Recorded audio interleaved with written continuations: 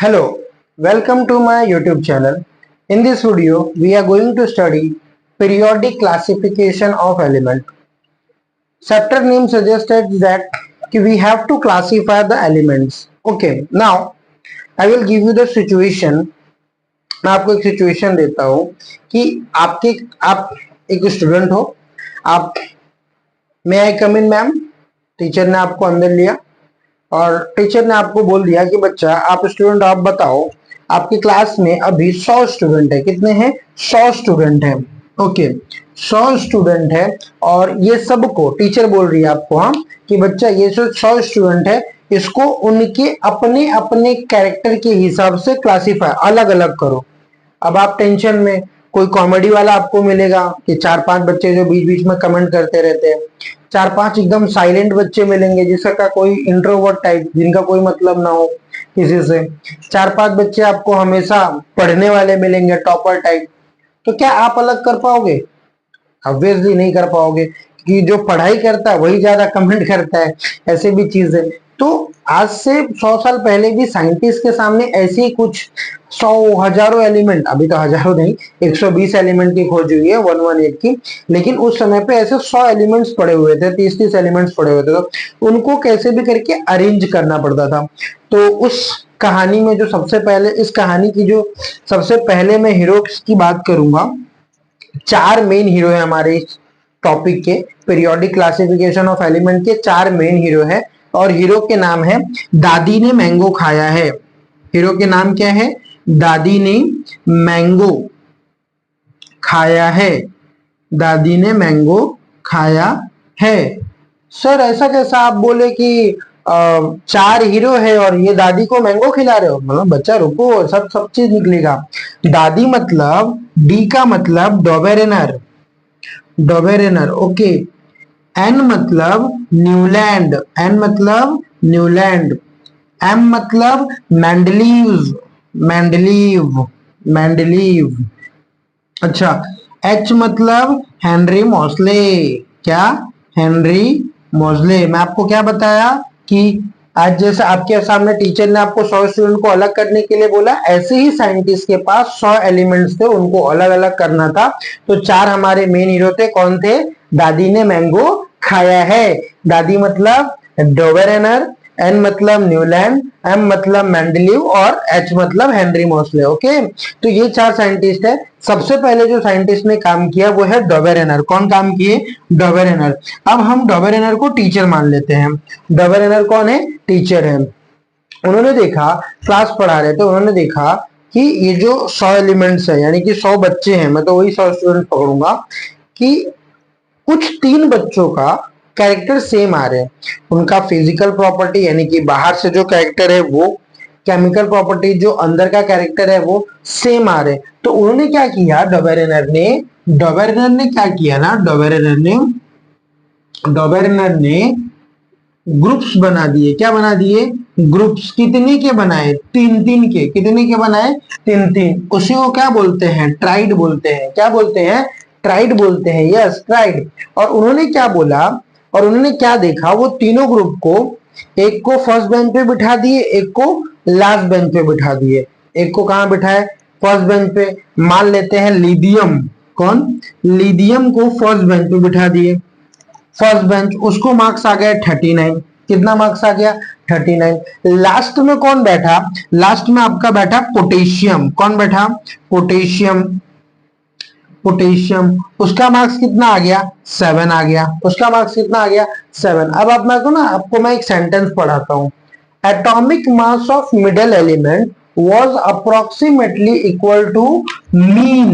ये दिख रहा है बच्चा? Mean of atomic masses. ये मीन ऑफ एटॉमिक मासेस मतलब क्या कि सर ने एक को तो लिथियम फर्स्ट बेंच पे बिठाया, पोटेशियम सेकंड बेंच पे बिठाया। तो अगर आप इस दोनों को प्लस करो और डिवाइड बाय 2 करो, मतलब 39 प्लस 7 और डिवाइड बाय 2, आपको क्या मिलेगा? 46 डिवाइड बाय 2, यानी कि 23 मार्क्स किसको आ गए? सोडियम को। ये सोडियम था। कौन था? एग्जैक्टली मिडल में। एग्जैक्टली क्या था? मिडल में। और इसको मार्क्स आ गया 23। तो डोबेरेनर ने क्या किया?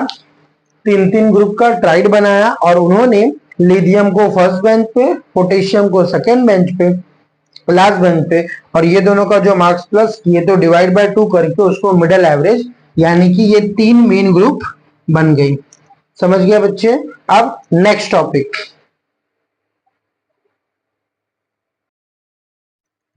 तो नेक्स्ट टॉपिक वही है हमारा, दादी ने मैंगो खाया है। दैट मीन्स दादी ने मैंगो खाया, तो ने मतलब कौन थे, न्यूलैंड थे। कौन थे, न्यूलैंड थे। कौन थे, न्यूलैंड। इन्होंने क्या बोला, इन्होंने क्या बोला मैं आपको बताता हूँ कि वही क्लास में उन्होंने देखा कि अब बोरिंग टाइप में, ये थोड़ा म्यूजिक लवर थे, थोड़ा संगीत सुनते थे, गाने सुनते थे, तो इन्होंने क्या किया, हर 8 एलिमेंट को, जैसे सा रे गा मा पा धा नी, इसके हिसाब से इन्होंने गाना बजा दिया। अब आपको एग्जांपल देता हूँ, मान लो मैं टीचर, मैं क्लास में बोल रहा हूँ, रोल नंबर 1 डीजे वाले बाबू मेरा गाना चला दो, roll number 2 present sir, roll number 3 present sir, roll number 4 present, roll number 5 present, roll number 6 present, 7 present, roll number 8 DJ वाले बाबू मेरा गाना बजा दो। क्या समझ में आया कि रोल नंबर 1 और रोल नंबर 8 एक ही चीज बोल रहे हैं, क्या बोल रहे हैं, डीजे वाले बाबू गाना चला दो। 9 प्रेजेंट, 10 प्रेजेंट, 11 प्रेजेंट, 16 डीजे वाले बाबू मेरा गाना। क्या हो रहा है कि उन्होंने देखा 1 एलिमेंट, 8 एलिमेंट, 16 एलिमेंट, ये तीनों सेम कैरेक्टर दिखा रहे हैं। क्या दिखा रहे हैं, सेम कैरेक्टर्स। क्या दिखा रहे हैं, सेम कैरेक्टर्स। कैरेक्टर्स यानी कि फिजिकल प्रॉपर्टी और केमिकल प्रॉपर्टी। तो उन्होंने बोला कि every 8th element had property similar to those of first. लेकिन ये कहां तक पॉसिबल हो पाया, only applicable up to calcium. Okay, अब जो नेक्स्ट है उनके लिए मैं आपको फिर से एक कंडीशन दूंगा कि एक बच्चा, आप एक बच्चे, आपको टीचर ने बोला कि 2 कंडीशन सुनो, जिसके हाइट और हैबिट सेम है उसको एक साथ बिठाओ, जिसको हाइट और हैबिट सेम है उसको एक साथ बिठाओ, और अगले साल जो नए एडमिशन होंगे उसके लिए भी बेंच छोड़ देना कि वहां पे वो बच्चा बैठ पाए। ये इम्पॉसिबल टास्क है कि भाई जो हमारे पास है उनको तो मैं बिठा दूंगा, लेकिन जो नहीं आए उसका मैं कैसे कर सकता हूँ। तो जो बंदे थे मेंडलीव्स, कौन थे, मेंडलीव्स, ये केमिस्ट्री में इन्होंने बहुत बड़ा काम किया। क्या किया, जो सेम एलिमेंट्स थे उनको तो रोज और कॉलम में बांट दिए। कैसे बांट दिए, वर्टिकल कॉलम को ग्रुप में बांट दिए और हॉरिजॉन्टल पीरियड में बांट दिए। साथ ही साथ कुछ ऐसे वेकेंट प्लेसेस भी छोड़ दिए, वेकेंट प्लेसेस भी छोड़ दिए जिनका फ्यूचर में अगर एडमिशन होगा तो same height, weight, marks, behaviour सब बता दिए मेंडलीव जी ने। मेंडलीव जी ने क्या किया, एक पीरियोडिक टेबल बनाया, उस पीरियोडिक टेबल में जिसके भी क्या थे, एटॉमिक मासेस, उन्होंने किसके आधार पे किया, एटॉमिक मासेस के आधार पे किया। किसके, एटॉमिक मास, एटॉमिक वजन के हिसाब से उन्होंने अरेंज कर दिया। साथ ही साथ कॉलम को 2 पार्ट में डिवाइड कर दिया, एक रो में एक कॉलम में, row left to right, column up to bottom. और साथ ही साथ कुछ जो फ्यूचर में एडमिशन लेने आने वाले थे, बच्चों को बताया गया था फ्यूचर में जो एडमिशन लेने आने वाले थे उसका नाम भी बता दिया कि देखो ये इका बोरोन होगा, ये इका एल्यूमिनियम होगा, ये इका सिलिकॉन होगा।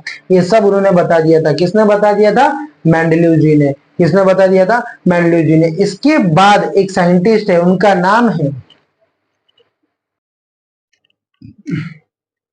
ओके तो अब हम आ गए एकदम लास्ट साइंटिस्ट जिनका नाम है Henry Mosle. Modern periodic table के नाम से उनको जाना जाता है।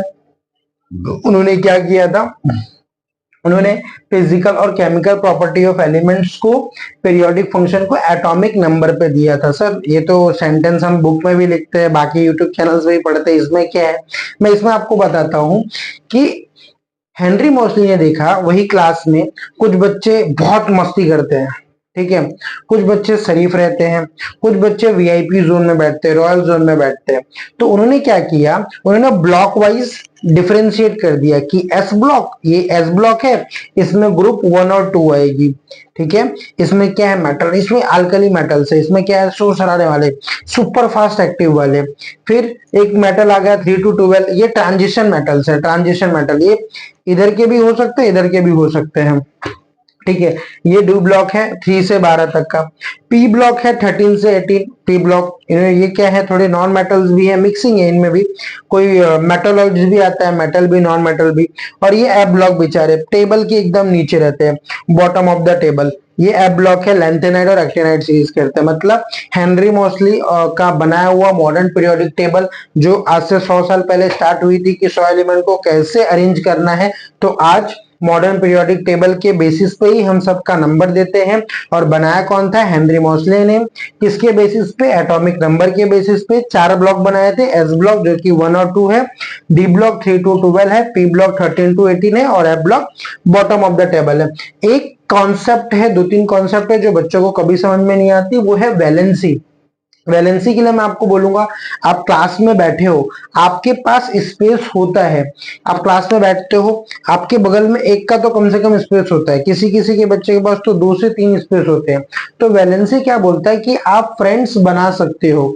आपके बेंच के पास आउटर स्पेस में जितना जगह हो, जैसे कि मान लो सोडियम है, तो सोडियम का सिर्फ एक स्पेस है, तो वो एक स्पेस में एक का ही फ्रेंडशिप बना सकता है, ठीक है। दूसरा कौन है, ऑक्सीजन। ऑक्सीजन के पास 2 स्पेस खाली है, तो वो 2 फ्रेंड्स बना सकता है, तो उसको बोलता है वैलेंसी। क्या, number of electron in outermost shell, कि आउटरमोस्ट सेल में कितने इलेक्ट्रॉन है।